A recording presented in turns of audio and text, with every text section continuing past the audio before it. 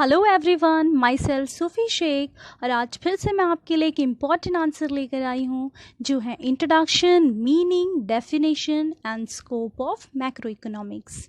Friends, हमने micro economics के सारे आंसर्स अच्छे से समझ लिए हैं and today we are going to learn about the macro economics. So without wasting the time, let's see the meaning of macro economics. मैंने यहाँ पर मीनिंग को 3 पॉइंट्स में डिवाइड कर लिया है ताकि आपको याद रखने में आसानी हो।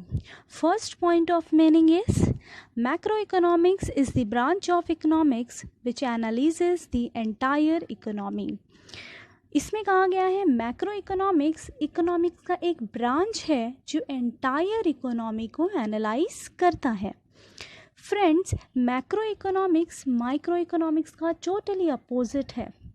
हमने अपने पिछले वीडियो में देखा था कि माइक्रो इकोनॉमिक्स स्मॉल इंडिविजुअल के बारे में ही स्टडी करता है और मैक्रो इकोनॉमिक्स जिसके बारे में हम पढ़ रहे हैं अभी, वो होल इकोनॉमी के बारे में स्टडी करता है, वो एंटायर इकोनॉमी के बारे में स्टडी करता है। इट मीन्स वो इंडिविजुअल नहीं बल्कि टोटल स्टडी करता है। चलिए देखते हैं second point. It deals with the total employment, national income, national output, total investment, total consumption, total saving, journal price level, interest rate, inflation, trade cycle, business fluctuations, etc. इस point में बताया गया है friends, macro economics individual employment के बारे में नहीं बल्कि टोटल एम्प्लॉयमेंट के बारे में स्टडी करता है। इंडिविजुअल इनकम के बारे में नहीं बल्कि नेशनल इनकम मतलब पूरे देश के इनकम के बारे में स्टडी करता है। एक आउटपुट के बारे में नहीं बल्कि नेशनल आउटपुट में डील करता है। उसी तरीके से किसी इंडिविजुअल पर्सन के इन्वेस्टमेंट, सेविंग या कंजम्पशन के बारे में नहीं बल्कि total investment, total consumption, total saving, total journal price level, total inflation, total trade cycle etcetera etcetera ऐसे बड़े मुद्दों पर स्टडी करता है। चलिए देखते हैं लास्ट पॉइंट। दस macro economics is the study of aggregates. It means overall macro economics aggregate study करता है। एग्रीगेट मतलब मर्ज करना, कंबाइन करना। सो मैक्रो इकोनॉमिक्स इंडिविजुअल स्टडी नहीं करता है, वो लार्ज, कंप्लीट और टोटल स्टडी करता है। Now let's see the definitions which is given by the J.L. Hansen and Professor Carl Shapiro. Let's see the first definition according to the J.L. Hansen. Macroeconomics is that branch of economics which consider the relationship between large aggregates such as the volume of employment, total amount of savings, investment, national income, etc.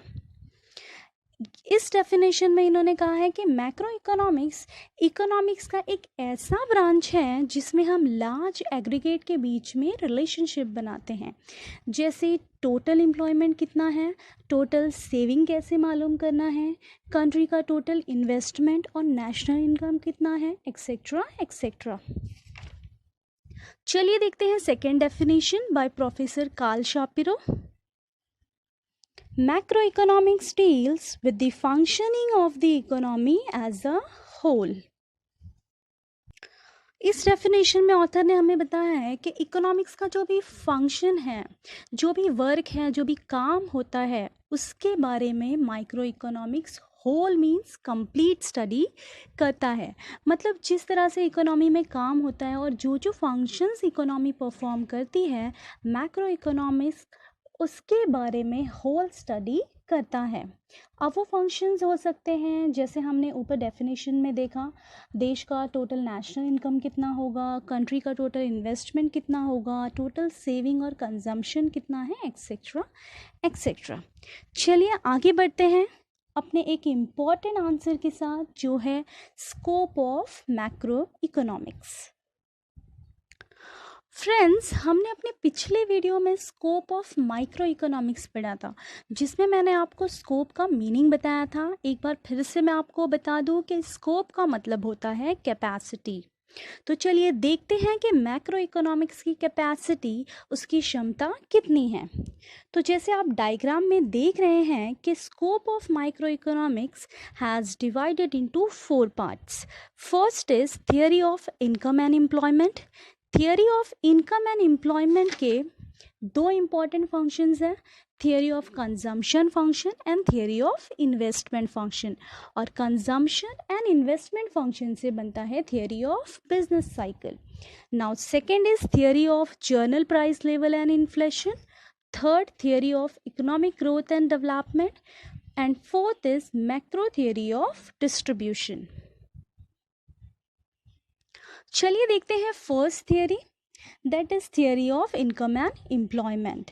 इसको भी friends मैंने 3 सब points में divide किया है। First point, macro economics analysis explains which factor determine the level of national income and employment and what causes fluctuations in the level of income, output and employment. इस point में बताया गया है कि country के national income और total employment को तय करने के लिए, डिटरमाइन करने के लिए जो जो फैक्टर्स यूज़ होते हैं, उन सब के बारे में मैक्रो इकोनॉमिक्स हमें एक्सप्लेन करता है। एज वेल एज कंट्री के national income and total employment में जो फ्लक्चुएशंस आते हैं, जो उतार चढ़ाव आते हैं, उसका रीज़न क्या है वो भी हमें मैक्रो इकोनॉमिक्स बताता है। कभी कभी कंट्री की नेशनल इनकम कम हो जाती है, कभी ज़्यादा हो जाती है, कभी कंट्री का टोटल एम्प्लॉयमेंट बढ़ जाता है तो कभी कम हो जाता है। तो ये सारी फ्लक्चुएशन की कॉजेज़ क्या है वो भी हमें मैक्रो इकोनॉमिक्स एक्सप्लेन करता है। सेकेंड सब point, to understand how the level of employment is determined, we have to study the consumption function and investment function. अगर हमें समझना है कि कैसे एम्प्लॉयमेंट लेवल डिटरमाइन होता है कंट्री का, तो हमें कंजम्पशन और इन्वेस्टमेंट फंक्शन के बारे में स्टडी करना होगा। थर्ड सब point, theory of business cycle is also a part and parcel of the theory of income and employment. इसमें बताया गया है कि उसी तरीके से थियरी ऑफ बिजनेस साइकिल भी theory of income and employment का एक छोटा सा पार्ट है। ठीक है, now let's move ahead and see the second theory, that is theory of journal price level and inflation. Friends, inflation का मतलब हम सबको पता है, महंगाई। चलिए फर्स्ट सब पॉइंट देखते हैं। Macro economics analysis shows how the journal price level is determined and further explains what causes fluctuations in it. Macro economics में हम किसी इंडिविजुअल प्रोडक्ट या प्राइस के बारे में स्टडी नहीं करते हैं, हम किसी भी प्रोडक्ट या सर्विसेज का ओवरऑल प्राइस डिटरमाइन या डिसाइड करते हैं। तो मैक्रो इकोनॉमिक्स हमें ये शो करता है कि कैसे लमसम प्राइस डिटरमाइन होता है किसी भी प्रोडक्ट का, कैसे जर्नल प्राइस डिटरमाइन होता है और प्राइजेस में कैसे फ्लक्चुएशंस आते हैं, कैसे प्राइस कभी कम हो जाता है, कभी ज़्यादा हो जाता है। Second point is the study of journal price level is significant on account of the problems created by inflation and deflation. इस पॉइंट में बताया गया फ्रेंड्स, जर्नल प्राइस लेवल की स्टडी बहुत ही इम्पॉर्टेंट है, बहुत ही सिग्निफिकेंट है, क्योंकि किसी भी प्रोडक्ट या सर्विसेज का प्राइस बहुत ज़्यादा या बहुत कम होने से दो बड़ी प्रॉब्लम्स क्रिएट होती है, जिसे हम इन्फ्लेशन और डिफ्लेशन कहते हैं। इन्फ्लेशन मतलब चीज़ों का बहुत ज़्यादा महंगा हो जाना और डिफ्लेशन मतलब चीज़ों का प्राइस बहुत ही गिर जाना, सस्ता हो जाना। चलिए देखते हैं third theory, that is theory of growth and development. इसे भी मैंने 3 सब पॉइंट्स में डिवाइड किया है। फ्रेंड्स, फर्स्ट सब पॉइंट देखते हैं, macro economics consist of the theory of economic growth and development. इस पॉइंट में बताया गया है friends, economic growth and economic development एक बहुत बड़ा और बहुत ही इम्पॉर्टेंट मुद्दा है कंट्री के लिए। Second point, it explains the causes of under development and poverty.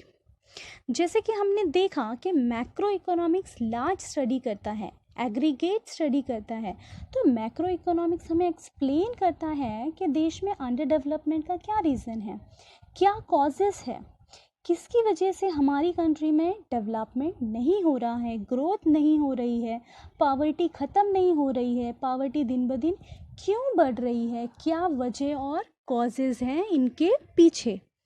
Third point is it also suggests strategies for accelerating growth and development. Macro economics इन सारी बड़ी प्रॉब्लम्स की स्टडी भी करता है एज वेल एज इन प्रॉब्लम्स के लिए स्ट्रेटजीज और सोल्यूशन भी सजेस्ट करता है कि कैसे हम कंट्री के ग्रोथ एंड डेवलपमेंट को आगे बढ़ाएं और जो प्रॉब्लम्स हमारी कंट्री के ग्रोथ एंड डेवलपमेंट में रुकावट बन रही है उनको कैसे डिक्रीज़ करें, कैसे उनको कम करें ताकि कंट्री का प्रॉपर ग्रोथ और डेवलपमेंट फास्ट हो सके। Let's see the fourth theory, that is macro theory of distribution. इसमें फ्रेंड्स एक ही पॉइंट है, चलिए पढ़ते हैं। First point, macro theory of distribution deals with the relative shares of rent, wages, interest and profit in the total national income. इस point में friends बताया गया है कि डिस्ट्रीब्यूशन कैसे करना है। Macro economics, under the macro economics study हमें डिस्ट्रीब्यूशन कैसे करना है। तो डिस्ट्रीब्यूशन मतलब होता है बांटना। इट मीन्स कि कंट्री के टोटल नेशनल इनकम को बांटना कैसे है, उसको डिस्ट्रीब्यूट कैसे करना है, उसमें से हमको टोटल प्रॉफिट कितना निकालना है, टोटल इंटरेस्ट कितना निकालना है, टोटल वेजेस कितना निकालना है, टोटल रेंट कितना निकालना है, एक्सेट्रा एक्सेट्रा। अभी यहाँ पर इंडिविजुअल प्रॉफिट, इंडिविजुअल वेजेस के बारे में बात नहीं हो रही है फ्रेंड्स।